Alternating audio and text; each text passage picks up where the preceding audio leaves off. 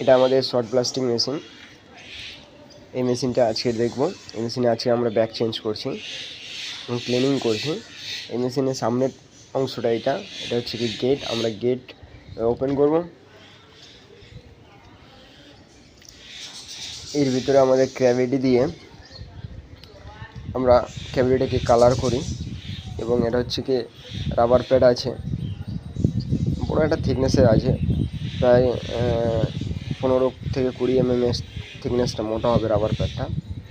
এটা হচ্ছে রোটার। এর ভিতর থেকে বালি স্পিডে এসে আমাদের ক্যাভিটিতে মেরে কালার করে এবং এটা সিলিন্ডার আছে। আর সামনে এটা হচ্ছে রোটারের মোটর আছে। এইখানে উপর থেকে বালি এসে এখানে জমা হয়ে গিয়ে নিচে যায়, রোটারের মাধ্যমে গিয়ে কালার করে। এটা বালিটাকে গিয়ে রোটারের মাধ্যমে স্পিডে গিয়ে ক্যাভিটিতে কালার করে।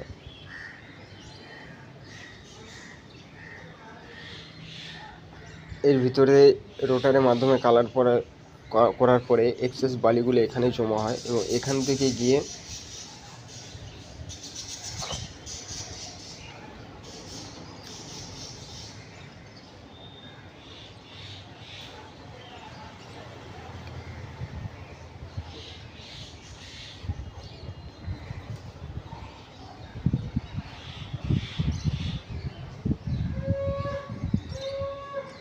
এটা হচ্ছে ডাস্টিং লাইন।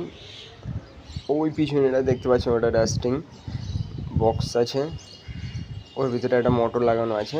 মোটরটা ডাস্ট টেনে নিয়ে যায়। আজকে আমরা ব্যাক চেঞ্জ করছি এবং ক্লিনিং করছি। আপনারা দেখে নিন কীভাবে করছি আমরা। এটা হচ্ছে আমাদের পুরনো ব্যাগ, যেগুলো খুলে দিয়েছি, খুব অবস্থা খারাপ, নোংরা হয়ে গেছে, ডাস্ট ভরে একদম কালো কালো হয়ে গেছে। এই জন্য এই ব্যাগটাকে চেঞ্জ করো। আর এটা হচ্ছে বালির কন্ডিশন খুবই খারাপ, এই জন্য বালিটা আমরা পরবর্তীকালে চেলে নেব, চেলে বালিটাকে ঢালবো।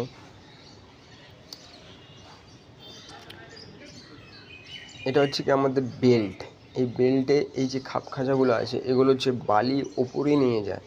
এর মাধ্যমে এখান থেকে বালি ওপরে নিয়ে গিয়ে বালিটা ওখান থেকে একটা বাক্স আছে, বাক্সতে যায়, সেখান থেকে রোটারে যায়, রোটার থেকে আবার এটা রিসাইকেল হয়।